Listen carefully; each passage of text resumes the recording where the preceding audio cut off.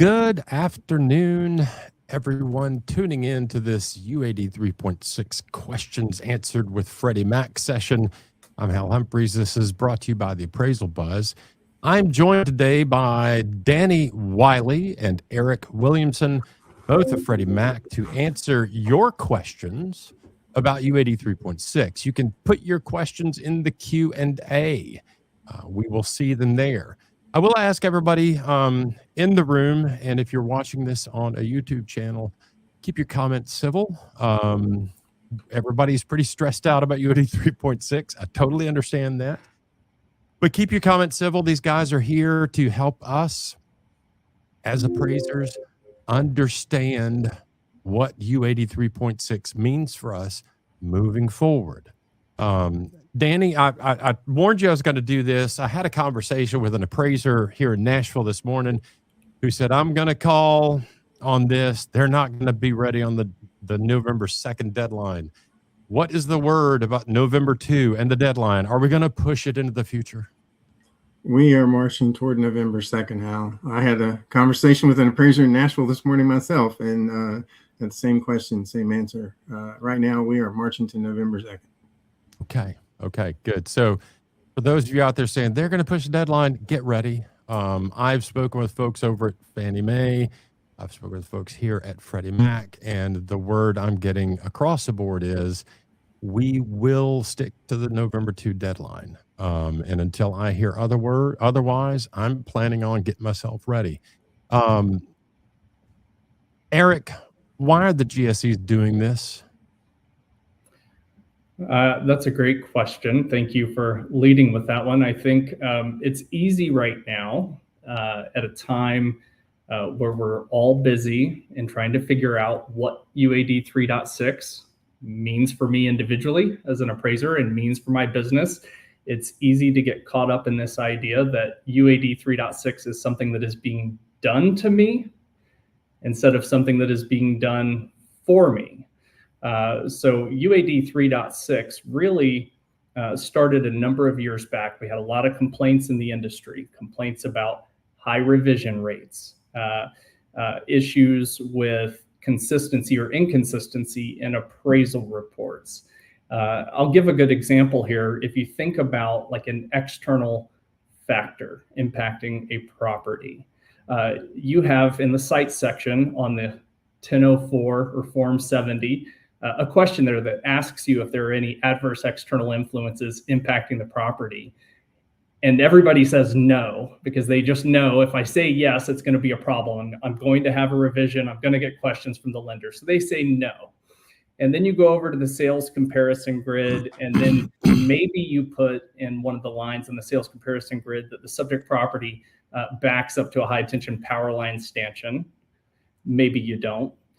Then maybe you go a few pages deeper into an appraisal report and you write some narrative talking about that external obsolescence impacting the property.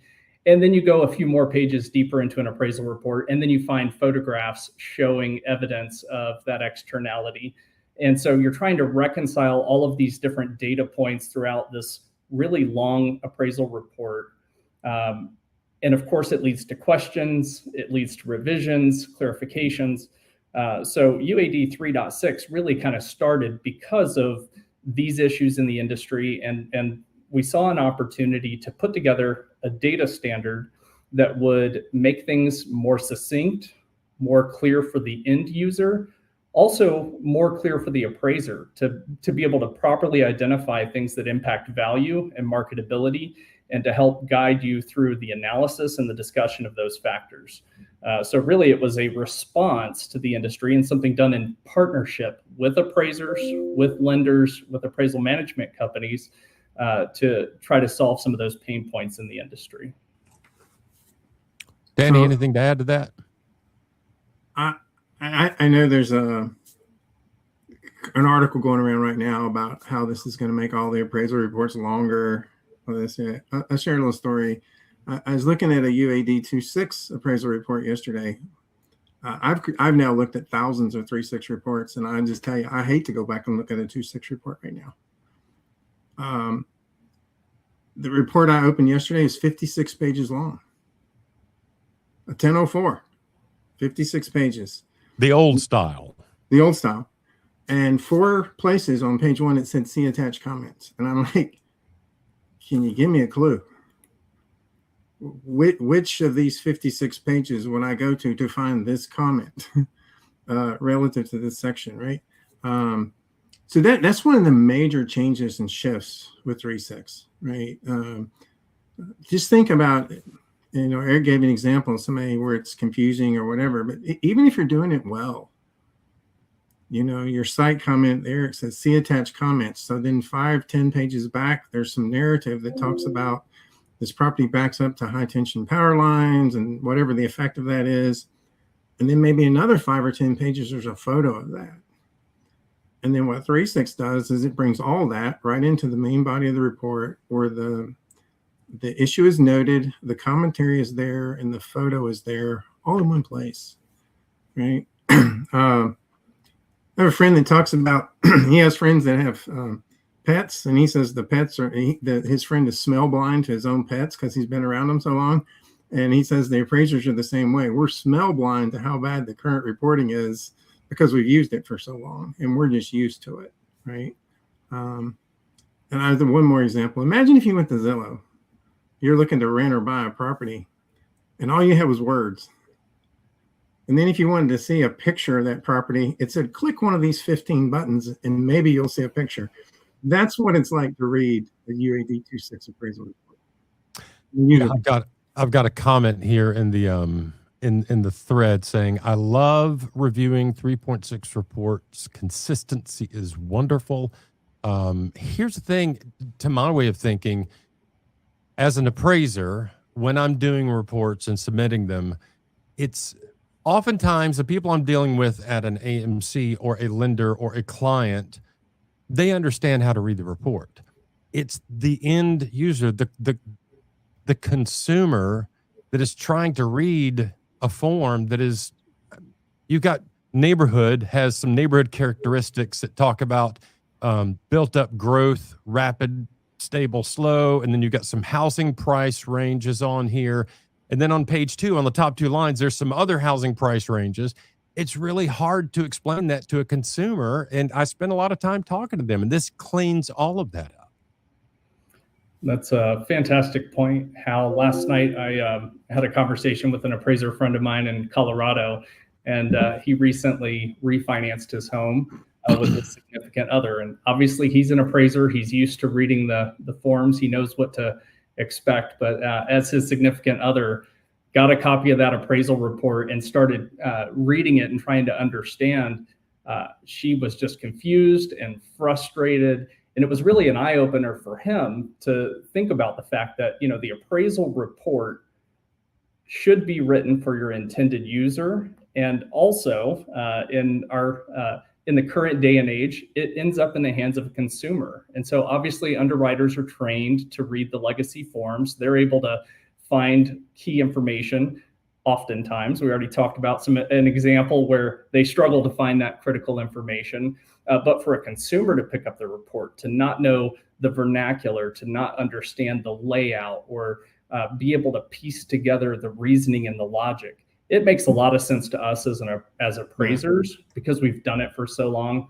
Absolutely no sense to a consumer who's trying to read through that report. So I loved hearing that story last night. That it kind of clicked. It's like, okay, UAD 3.6, maybe it's not such a terrible thing. This might actually be really good for the industry. Well, I was just thinking about, here we are in 2026, and we're finally going to put thumbnails of the comp pictures on the grid. Yeah. Look, when you say here we are 2026, to my mind, there are very few industries today that are still using 30-plus-year-old technology to do their work. Everybody is updating to iPads and iPhones, and I'm not. Look, I'm a Luddite. I like a pen. I like a paper. I like a graphite pencil. But this makes that process. And I want to make something abundantly clear, and I want to get your thoughts on this, both of you. We're talking about standard 2 here. This is a reporting function. Does this change anything about standard one, the process of appraising a piece of property? No, and by the way, I love you talking my language now. You know it, right? You're talking USPAT. Of course not. No, and that's there's gonna this is pretty well. It's exclusively a standard two thing. There should be no difference in what you do. If this changes what you do in actually developing the appraisal, then you got a problem because it shouldn't, right? Yeah. Yeah. I Eric, think, anything to add there? Yeah, the one thing I might add is with UAD 3.6, you have some very different implementations from the software companies. And so I 100% agree with Danny's point there. We hear that feedback often from appraisers where they're worried that we are changing appraisal. We are changing what an appraisal is, what an appraiser does. And that's just not true. It is still just an appraisal. What is changing is the reporting of that appraisal. And the software companies took very different approaches. And so what you will find potentially are some software companies who have developed new tools and new plugins and new ways of analyzing data, presenting data. But you'll also find that if you still want to do things the way that you've done them, if you are a good appraiser and you have developed your own charts and graphs and data models and ways of analyzing information, you're still going to be able to do that. You just may find that some of these companies have come up with new tools and new approaches. And as long as you take the time as an appraiser to understand what's happening, why it's happening, how it's happening, and know that you're still ultimately responsible for the output and for the analysis there, you'll find some great tools already in the market, as well as many new ones coming to market here in the coming months. And to that point, most of my appraiser friends are using, and I use various tools to do, adjustment support, depreciated cost analysis where you can't find enough sales to get good information. Like, we've got all these tools that we use today. What I've seen so far with the software providers is it's not a new tool. It's just a new way to interact with it within the software. Instead of having a tech stack of 5 pieces of tech, it's a tech stack of 1. The analytics tools are built into their software. And again, we'll talk about this a little bit later, but there's variety in the way the software providers have approached this. I do want to get to, before we lead this kind of, you're going to love the way I say this, before we lead this data cluster of questions, I want to talk about there has been and continues to be some discussion out there in appraiser land about the GSEs just did this on their own. Talk really briefly. Talk about how did you engage us appraisers, lenders, that kind of business to come up with how to do this 3.6? When it first rolled out, or when this first started back in 2017, 2018, we did industry surveys. We hit every major entity that has any play at all in the appraisal space. So that would have been appraisers, lenders, AMCs, tech companies, the platform people, the LOS providers for the lenders, everybody who deals with appraisal reports or appraisal data. What are your pain points? What would you like to see change? What would you like to see improved? Laid out a basic outline of what the pain points were. There was an advisory committee formed where members of each segment were in that advisory committee. They met monthly. You didn't hear a lot of talk about that because those people had to sign NDAs, right? But they met monthly as things were developed. They would review drafts. They would review drafts of the data, drafts of the output. I know this happened because I was actually on the committee, because that committee was formed before I started working at Freddie Mac. And that committee still meets to this day. Right? So there was a constant feedback loop where the GSEs would get together, propose something, take it to the advisory committee, take input. I hear all the time, well, there were no real appraisers involved. Yeah, there were appraisers involved. There were appraisers who are out there doing field assignments every day. There were also like appraisers like me. No, I'm not in the field anymore, but I did that for 29 years. I have a little bit of familiarity with how it works, right? But it was, honestly, we had a huge amount of input. Now, I'm sure no matter who you are, there's going to be one or two things about it you don't like, right? Because that's the way this works, right? It's not going to be perfectly, it's not going to be exactly the way anybody would have said, I would have done it this way, right? And I put myself on that list. There's certain things that, like, that's not what I voted for, but in the end of the day, that's how it turned out.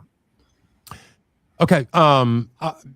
I'm going to take our focus off of our talking points, and we'll get back to it, I promise. But there are some really good questions coming in from the crowd, and forgive me for looking over here, but this is where I have the questions showing up.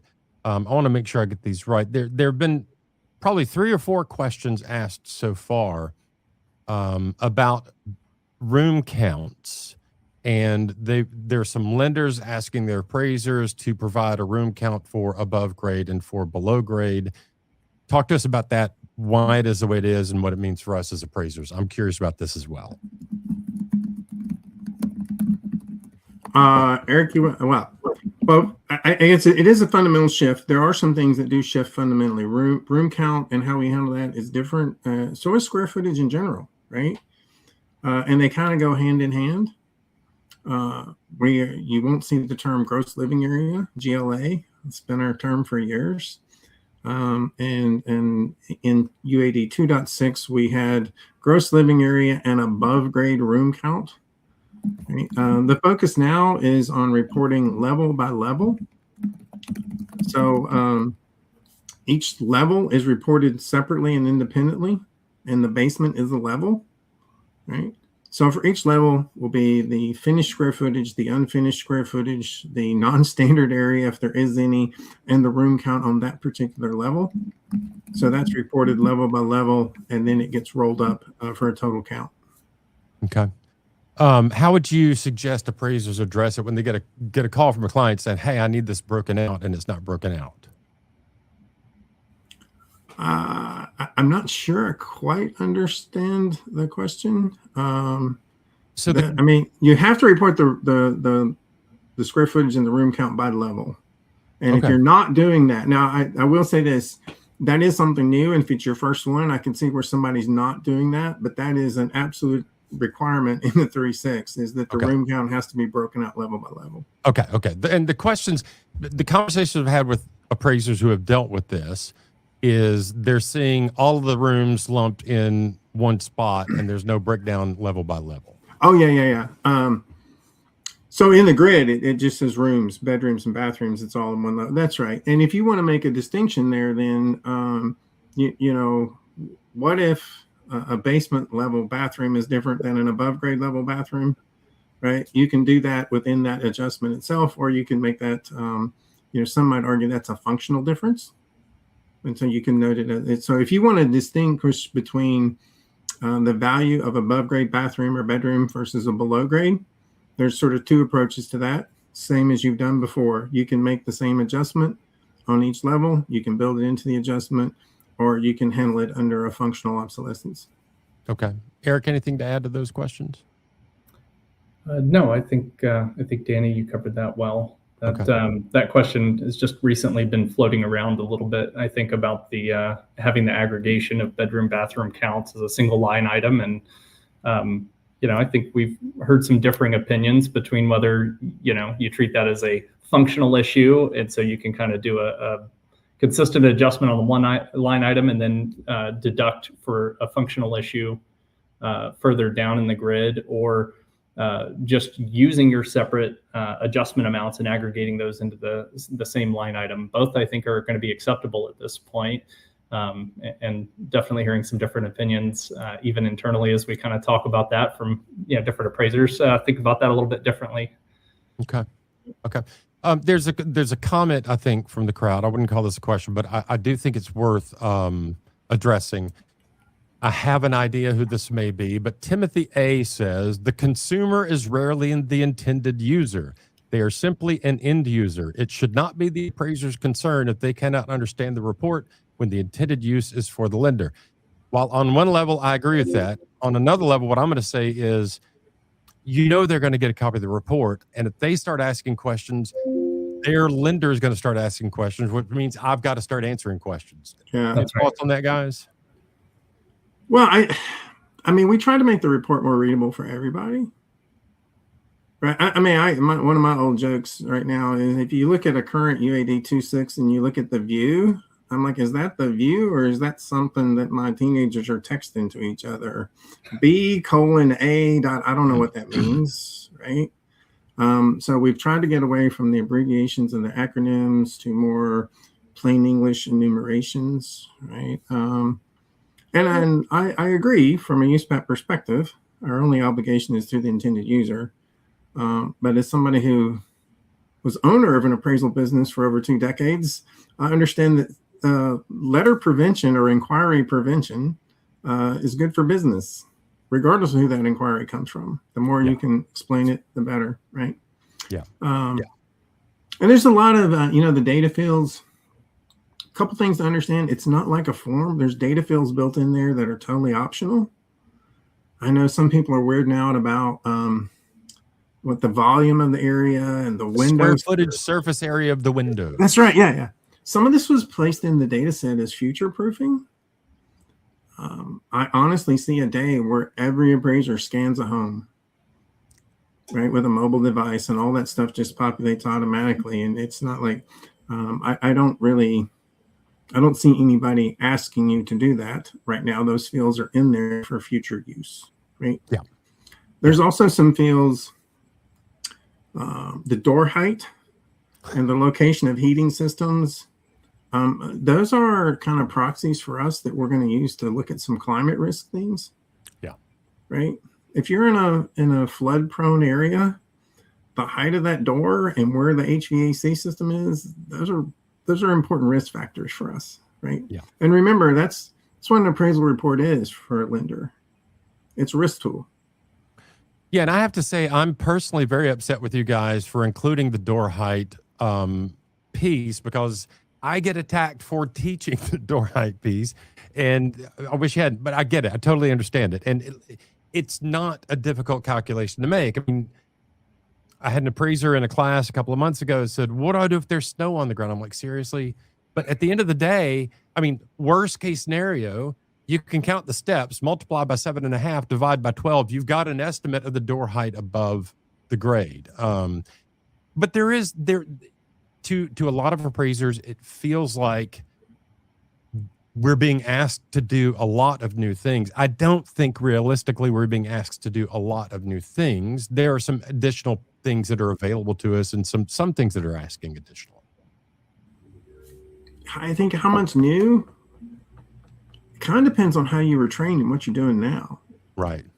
I talk to appraisers like on the ceiling height. I was trained from day one. We measured the ceiling height in every room of every property. Yeah. So to me, I'm like, I don't understand, and then I talk to other appraisers who think that's a useless piece of information. So whether that's new to you, I mean, I was trained that having, ceiling height was an indication of quality. And certainly if you had something with 10-foot ceilings versus 8-foot ceilings, that was a quality indicator. So that's not one I really expected a lot of friction about, but it's turned out that way. Same thing with waterfront. People who appraise a lot of waterfront properties said, well, of course the water depth matters. And other appraisers are like, what are you talking about? So I think a lot of to measure that.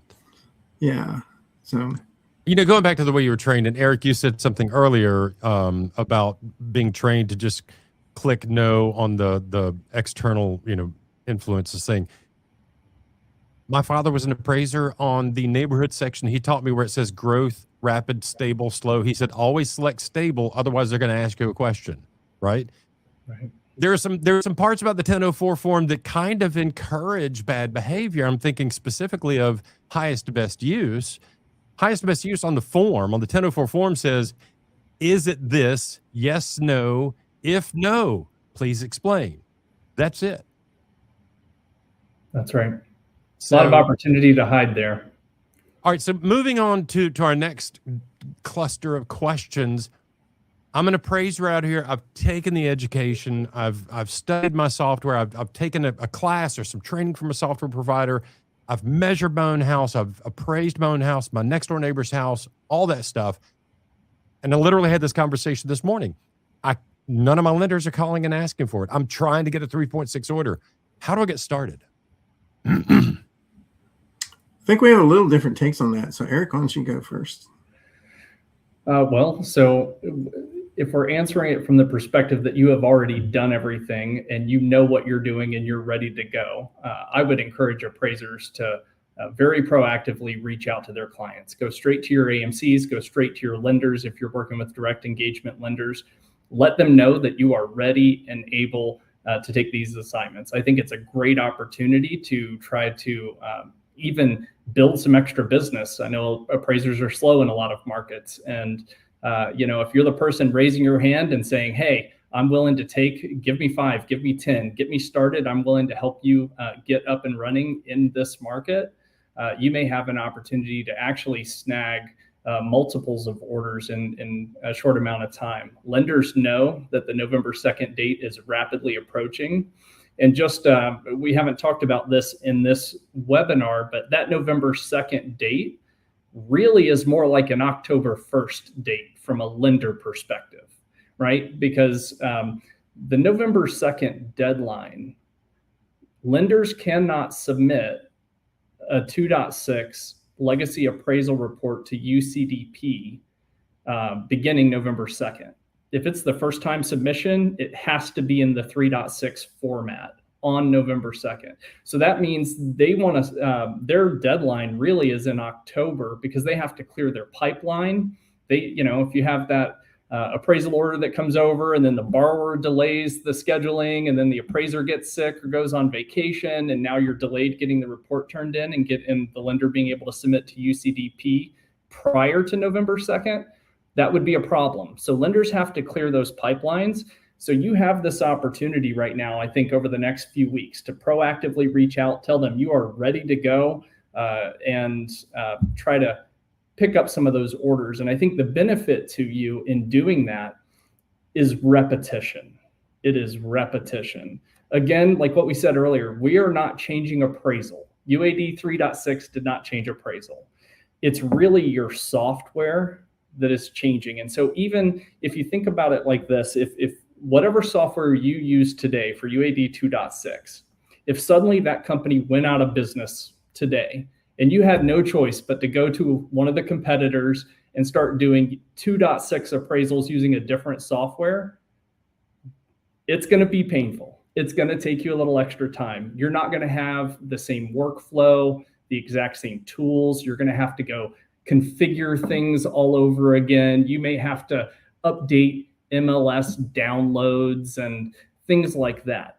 That's essentially what's going to happen here. And so obviously, if that were to happen and you only did one, it would take you a long time and it would be painful. And then if you didn't do another one for 3 or 4 weeks, it's still going to take you a lot of time and it's going to be painful. But if you started doing one a day for several days, you're going to very quickly find those pain points. You're going to figure out how to work through those pain points. So I think that's the opportunity. Call your AMC, call your lender, tell them you're ready to go. Get those repetitions in as quickly as you can. Get the reps in now because we're working against 30 years of muscle memory. That's right. That's right. Eric's tired of hearing me say this. I talk about appraisal software. I say it's like me and you getting in our car to go to the grocery store. You don't have to think about, I got to open the door. I've got to sit in the seat, put my seatbelt on, put my foot on the brake and push the button. And then I got to hit the garage door. All that stuff just happens. That's the way it is for appraisers with their software, right? You don't think about it. It's autonomic. I love the stuff that Eric said. A couple things I will add to that. One thing I really suggest, I've heard this pretty much every morning I come in and I look at 3.6 reports. I've looked at hundreds and hundreds and hundreds of them now. And I call appraisers all the time and get their input. find what's the property you do most in your area. Take one that's a 2.6 report and just retype it in 3.6. It lets you learn 3.6 without the pressure of an actual assignment. It lets you learn your software and your keystrokes and everything else without being distracted on the developments. It lets you focus on the standard 2 side instead of the standard 1 side to use your, right? I mean, the other feedback that I'll share with you, I've heard this from, we have a lot of appraisers now who've got a bunch of these under their belts, right? We're into the thousands of reports now. And so the magic number seems to be about 5. I saw this on a social media post. It's like on Monday, I got my first one and it was a total disaster. And then on Tuesday, I got the second one on Thursday. And then by the time Friday rolled around, it was just Friday. Right. Yeah. So, listen, I'm not going to diminish the level of effort. And I will tell you, I understand the level of effort. I've taken 3 different versions of software and devoted a whole Saturday to pretending I'm going to use this software in my market in Nashville. I'm going to set this software up from start to finish with all the common responses and everything else I would use to, I want to use this software on Monday to do an appraisal report. It's pretty much been an all-day activity every time I've done it, right? So I understand, but also understand that you're investing on something that's going to pay dividends down the road. It's no different than when we all switched to digital cameras, there was a learning curve. When we all switched to lasers, there was a learning curve. I'm old enough to remember when we switched to software, period. Right? There was a huge learning curve. And then, after enough repetitions, you get back to where it's like driving to the grocery store. It's just, right now, it's like somebody asks you to drive to the grocery store, but you're in Australia and they drive on the other side of the road and we're going to put you in a stick shift and make you drive left-handed. Yeah. So. Yeah. Hal, so I want to really quickly ahead. before we move on, I want to hit one more thing for appraisers on the call. And one more step that's just super critical right now. Make sure you go into your profile for every appraisal management company or lender that you work with, and make sure that your profile is active to see and receive UAD 3.6 orders. That's going to look very different depending on the order management platform and depending on the company you're working with. Some companies are defaulting appraisers, right? That if you do a 1004 single family appraisal in zip code, whatever, then I assume you're also going to do a UAD 3.6 single family assignment in that same zip code. And so they kind of automatically activate that in the profile. Yep. Other companies are waiting for the appraiser to opt in. And so the reality is lenders are placing these orders. I can't tell you, I'm on calls regularly where folks say, well, I mean, I think I had somebody last week. I heard there's only been 40 something total UAD 3.6 appraisal reports put through the system. It's like, no. I promise you, there are very many appraisal orders coming in, that there are lots of lenders, lots of appraisal management companies. And so part of the reason you're not seeing orders could be that those clients aren't up and running and ready to go. And again, I encourage you to reach out to them and tell them that you're ready to support them to get them going. But also it could be that your profile just isn't activated to be able to see those orders. So make sure you reach out. Make sure you log into your profiles and get that activated. Let me add one more just really practical down the street level of advice. You're doing your first few and there's something in the grid that you would normally put at one of those blank rows on the bottom of the grid today. And you're going to add a blank row on the bottom of the grid in a 3.6. Stop. Because I'm going to tell you right now, there's a greater than 90% chance that whatever you were going to add on that blank row at the bottom, there is actually an optional dedicated field for that in the grid. You just need to figure out how to put it in there in your software. The very first UAD report we got, that happened with the swimming pool, right? The home had an in-ground pool. It showed up down at the bottom of the grid as an in-ground pool. And then it actually showed up higher up in the grid because as soon as the appraiser marked in-ground pool, it put it in the grid, right? So if there's things that you're used to putting on those blank rows, I mean, this is part of what we did with 3.6 is all those blank rows at the bottom where you used to put pools and ADUs and solar panels and other things. There's now dedicated fields for those, but they're optional in most cases because every property doesn't have them. Yeah, you have to intentionally ask those to show up in the grid in certain situations to make sure that you can adjust for them. And look, it is a massive change. It is a change in the way we approach this work, and we're going to get into some of the software questions in a minute. But I think for the people that are asking the question, how do I get started? What do I do? I'm not getting orders. Eric really hit the nail on the head. We rarely get to talk to our clients anymore. Everything's done via email. You sign up for a list, you get a thing. This is a chance to call the chief appraiser at AMC XYZ. Call the person in charge of ordering appraisals at your local mortgage company, whatever it is. Call them and tell them, I'm ready. I'm ready to get started. Let's do this together. It'll encourage them to get themselves rolling on UAD 3.6, number one. Number two, it's going to put you at the top of the list because you're the only one that's going to do it. I had an appraiser last week tell me he actually called the local credit union and said, I'm ready to do 3.6. Could I do one for you? And so they just agreed that the next order he got, he would do it 3.6. And he basically put the onus on them. Yeah. Right. I'm ready. Can I do the next one in 3.6? Yeah. All right. I'm going to get to a couple of these questions from the crowd. There's one in here, and I'm going to present the question. I'm going to give one notion of an answer, but I'd like both you guys to chime in on this.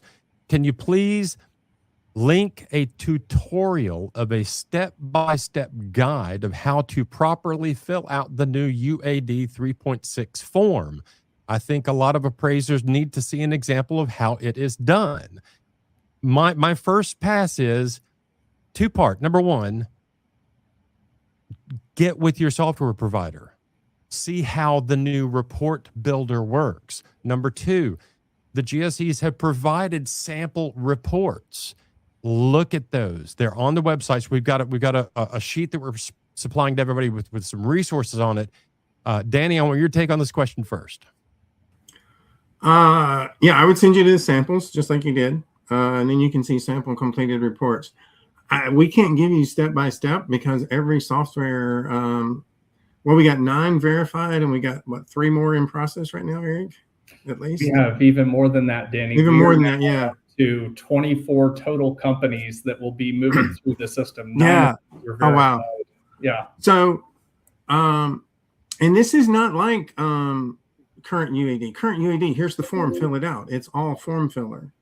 I will tell you, I've seen start to finish demos of about a dozen of them. I've actively used 3 or 4 of them myself. They all take a very different approach. So how you do it is going to depend on that software. It's very much like if you've ever used QuickBooks or TurboTax for your taxes, you can go in there and pull up the form and click through it cell by cell if that's how you want to do it.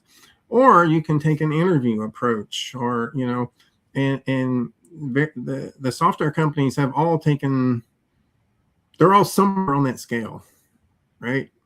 Some of them are very much click from box to box to box, and some of them are very much an interview, and some of them are a combination thereof. So some of this is more about how your user interface works in your software. I've said many times before, I think I could it's easier to get an appraiser to change their religion than it is to get them to change their appraisal software. But I would encourage you right now, I would encourage you to look at 2 or 3 ones. I get asked all the time, what's my favorite one? And my response to that is, it shouldn't matter what my favorite one is. You should pick the one that works best for you. And they're all very different. Yeah, they're all very, I don't want to get to that. I do want to, real quick, Rich asks, where are the GSE sample reports? Here's what I would do. Open up your browser, type in Freddie Mac UAD 3.6 and hit return. It will most likely bring up a search result that sends you to the Freddie Mac landing page for UAD information. We're going to be providing a direct link to those samples. Yeah, and we'll provide a link to that. Eric, anything to add to what Danny was saying? I think you just heard 24 companies moving through the process. If you have opened up your appraisal software, whatever software you use today, and you have tried to complete a UAD 3.6 appraisal report, personally, I think this is one of the best ways to get started. If you're not one of those appraisers who've already done the training and you're reaching out to say, I'm ready, you're just trying to figure out what's the first step to get started at all. If that's you, for me personally, open up the software. Try to type in a report. Use a report you've already done and just try to retype it in the 3.6 format. Find where the pain points are in the software. My guess is you're probably going to find those around market conditions analysis. You're probably going to find them around data entry in the sales comparison grid. You may find it in some workflow components. And so find where those pain points are. They're going to reveal themselves pretty quickly. And I think step 2 is you're going to look to see, does my software company have solutions to those pain points? What you may find is that they already have tools or automation or the ability to download data from a data source and import it. They may have things that you can use within that platform to soften those pain points, to resolve those pain points. And if you've done that and you just throw your hands up and say, I hate UAD 3.6, I want you to hear this. You don't hate UAD 3.6. You hate your software provider's implementation of UAD 3.6.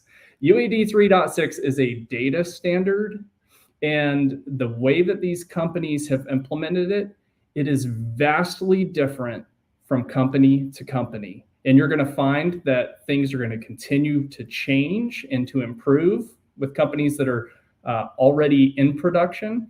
And again, with many more in the hopper and coming to market later this year or at some point, you're going to find some very different perspectives on how to implement the UAD 3.6 data standard. So don't be afraid. Find the free trials. Find other providers who'll let you get in and test the tools.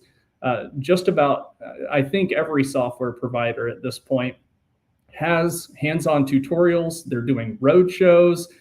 You can schedule office hours and show up and have somebody walk you through step by step. You don't like the implementation, try a different software. You might have an entirely different experience. Well, Yeah, I'm sorry. I want to add to that real quick, and then I'll let you go, Danny. The way we as appraisers do things is changing regardless of whether we're staying with the software we've been with for 30 years or not, which means now is the time to try as many as you can and find one that works. Go ahead, Danny. No, I'm sorry. I got distracted by another question. So I forgot what I was going to say. Well, I will say this. I think most of the software is evolving.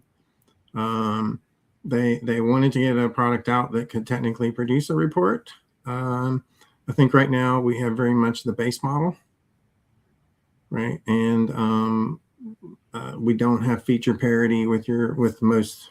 If there's an existing version of your software, that existing version probably has more features. But I think that's going to quickly change, right? Yeah.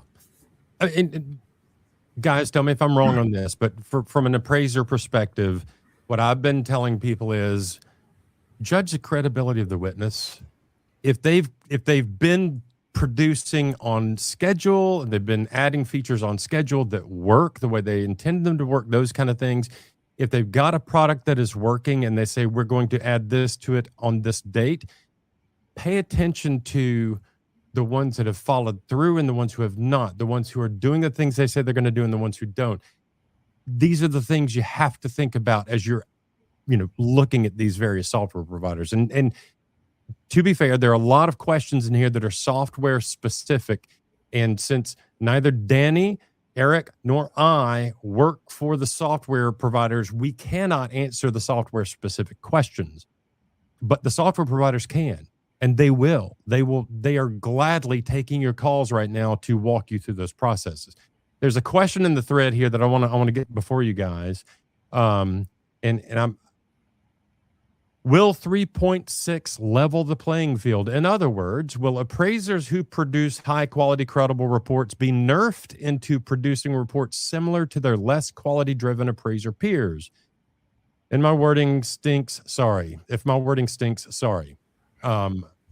Is this going to bring the level of the playing field down, or do we think it exposes people who are not doing good work?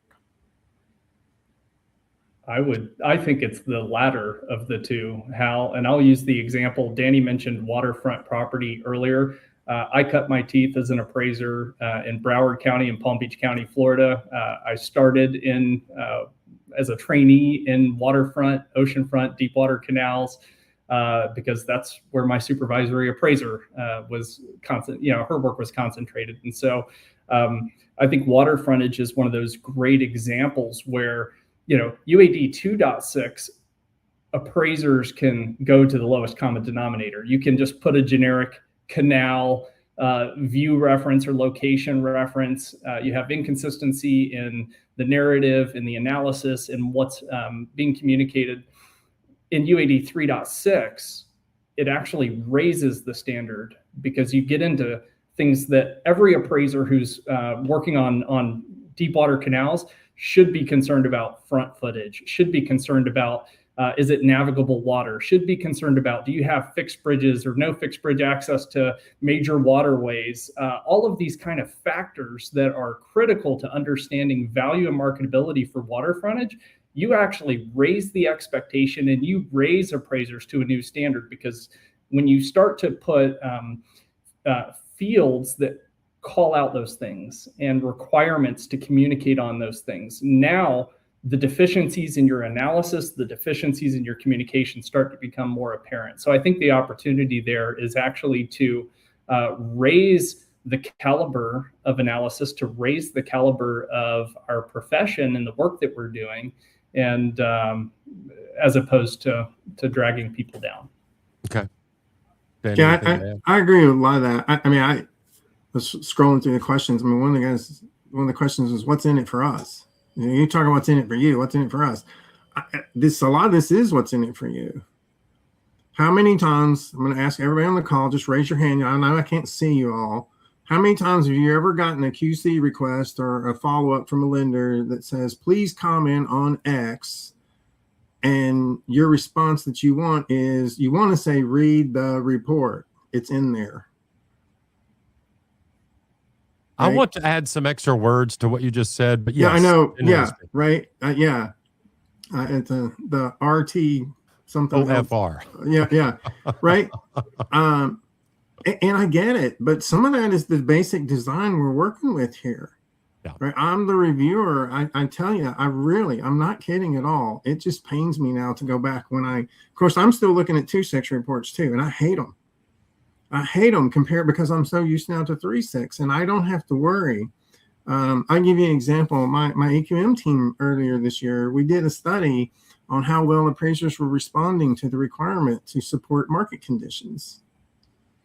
Okay, well, where in 2.6 do I look to make sure that the appraiser has inserted support for the market conditions and the time adjustments? See addendum. Yeah, it is one big treasure hunt, right? And so the first thing we have to do is do this massive search through the report to say, is there anything in here at all? And oh, by the way, that could be in a freeform text field. It could be on page 3. It could be in a picture. Maybe they did a bunch of analysis and turned it into a JPEG and then pasted it in. It is one big Easter egg hunt, right?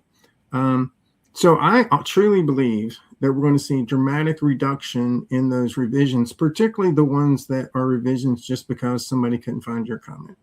Yeah, I agree 100%. All right, so this is a question that we discussed beforehand. I've actually seen it pop up in this thread a couple of times. Is there a specific software that you recommend? Go, Eric. I've already answered that one. Go, Eric. There is not a software that we recommend. We don't endorse any software. What I can tell you is, again, just very different implementations. I'm sure if you spend a little time searching and just looking at some of the software companies, you're going to see some platforms that I think may feel more comfortable and better accommodate, let's call it old school traditional appraisers. If you're still walking around with grid paper and a pencil and doing your sketch that way, some software programs are probably going to feel a lot more comfortable for you. So, if you're kind of one of those appraisers who's been thinking about retiring because this big old change is just so overwhelming, just know that, again, there is software out there that's not going to feel as overwhelming. It's going to feel a lot more familiar. It's going to be a little more of a what you see is what you get feel, more of a form feel, and it's going to accommodate those traditional workflows. If you're a more modern appraiser who's all about automation and AI and digital tools, you're going to find that certain software better supports those types of workflows. And so it really is. I think back to some of our first companies that we verified, and hearing feedback when you would look at the interfaces for those different platforms. And I could talk to one person and they would say, I hate software XYZ because of the way their software is designed, but I love this ABC company. And then you talk to somebody else and it's the exact opposite. And to hear that feedback firsthand and to even see it and experience it as part of that verification team, I can tell you it is vastly different from platform to platform. I talked earlier about the advisory groups, and the software companies were certainly on those advisory groups. They gave us a lot of good feedback. I can tell you though, some of the feedback is very similar, and then some of it is you get their software and it's like, wow. There was one, I'm not going to mention any names, but I ended up having to phone a friend and say, how do I even start the file here? Well, I don't even know how to start it. Create a file with this. I can't figure it out. It just wasn't very intuitive to me. Another one I picked up and needed almost no instruction, right? But I'm sure other people it would have been the reverse because it's what they're used to, right? Yeah. Okay. I think I would add that you'll find as you play around in those, you may start with, to Danny's point there, maybe you open up a software application and immediately it's a challenge. But if you just take that extra little bit of time, like I said, to go through the process anyway, find the pain points, you may actually find that there are built-in solutions. They've received feedback. They have, it's not as difficult as it seems. So don't let, a little bit of resistance up front stop you from moving forward in the process. Go ahead and test the software, look for those solutions. And then again, you have the opportunity to evaluate other providers.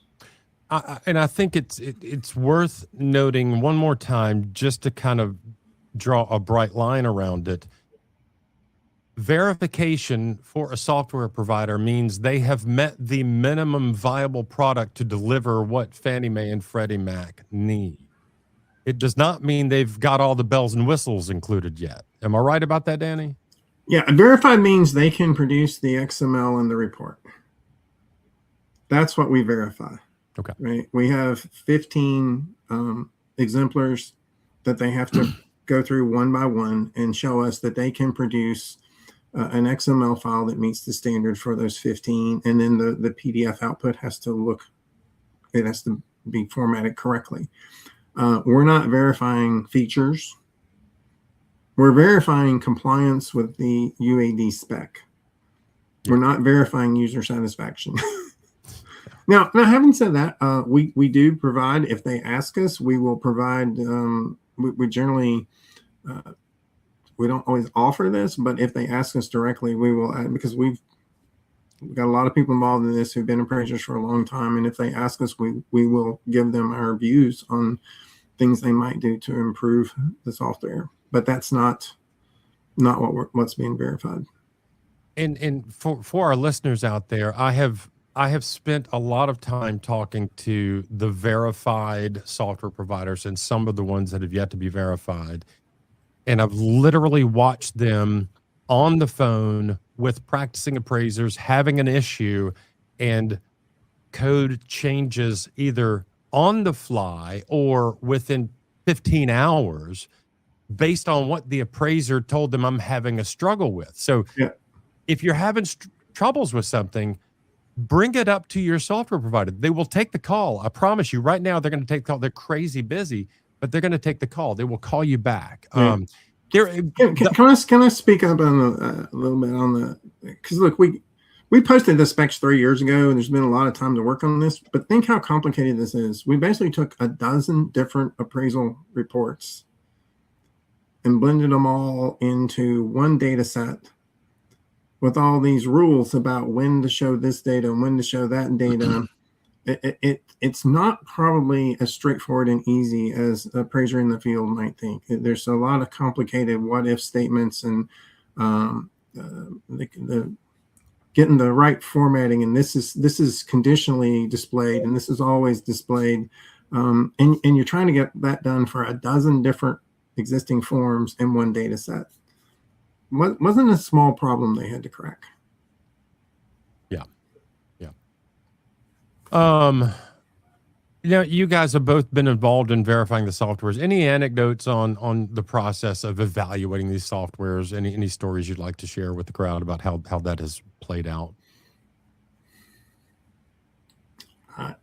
Not specifically. I mean, we look at the examples, we go through them in a lot of detail, and then we ask them to do a full end-to-end demo. And they have to be able to go through the whole process, start to finish, and produce the XML and PDF output at the end from their actual software, right? Look, we've had 9 so far do it successfully. Some of them, it was a little more difficult journey than others, as with anything in life, right? It was easier for some than others. Eric, any thoughts? Yeah, I think I don't really have anecdotes to share from the process, but the functional demos have just been fantastic. I mean, because it gives us that opportunity to make sure, we can still look as appraisers to make sure the basic workflow, basic functionality is there. To Danny's point earlier, we don't tell these companies how to design it. If they ask for feedback on certain things, they may get a little bit of assistance here and there, but we try to be very careful because of our unique roles where we see what all of their competitors are doing. We want to make sure that we're protecting confidentiality for all the software companies. And so that's really important to us. What I'll say is, though, that these software companies really want to do things right.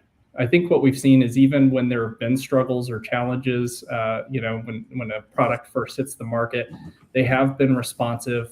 We have regular calls with all of your software companies.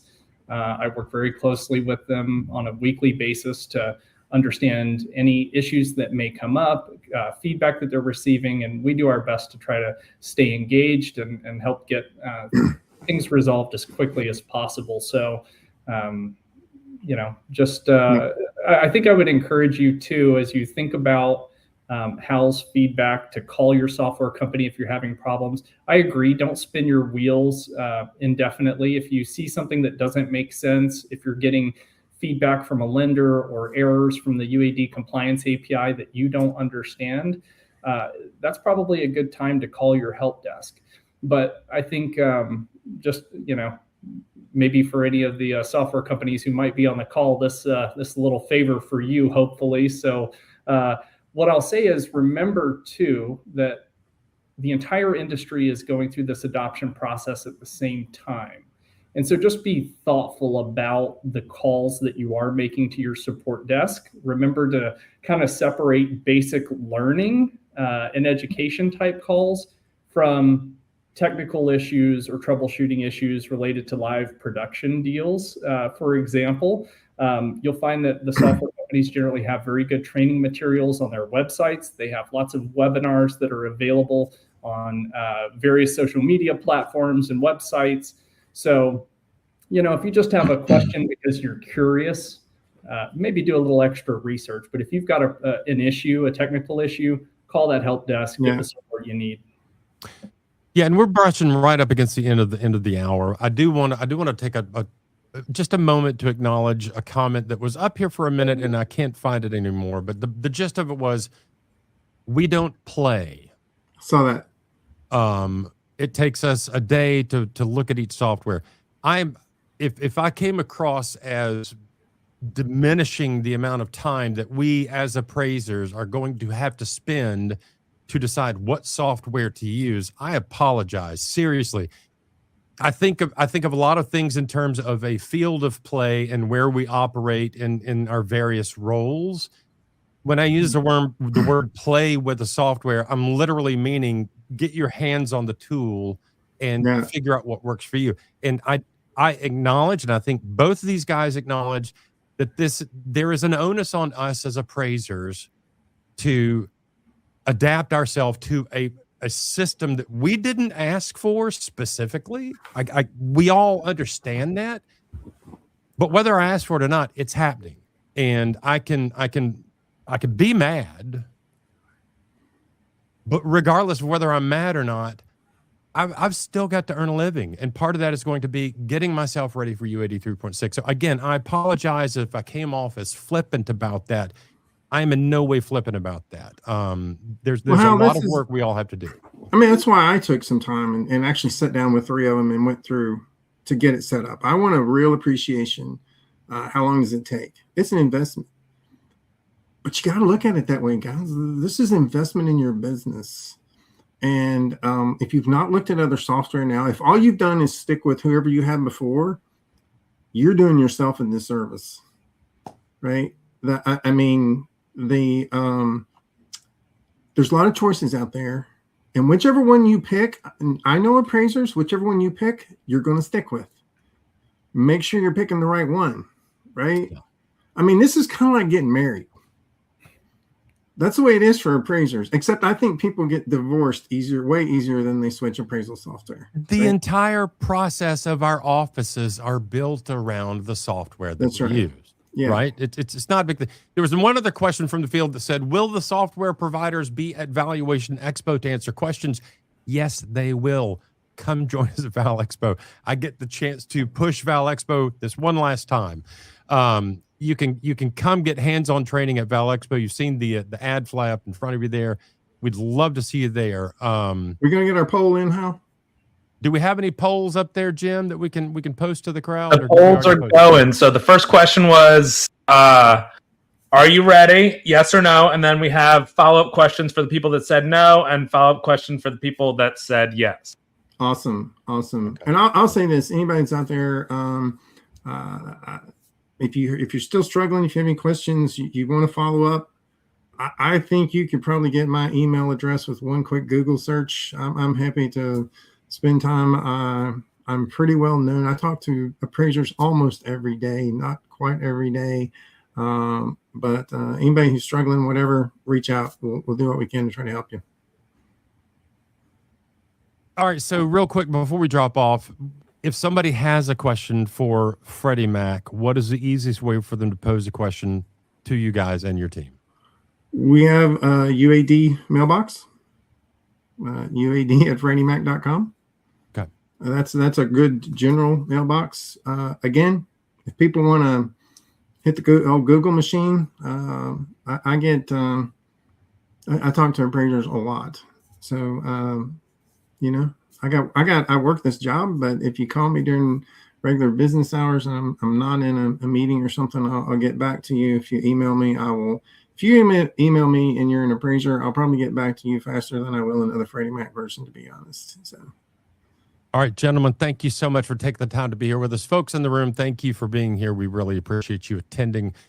Do join us at Val Expo. We're going to be looking at this poll information. I've already kind of peeked at the polls and the responses so far, and I'm already intrigued about the readiness report.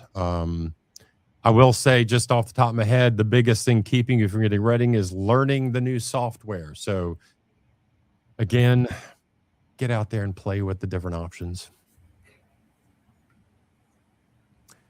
Guys, thanks again. Enjoy the rest of your day. Thanks to everybody for coming. I know it's a tough time. It's summer, whatever. Appreciate everybody taking the time to attend, and appreciate you guys having us, Hal.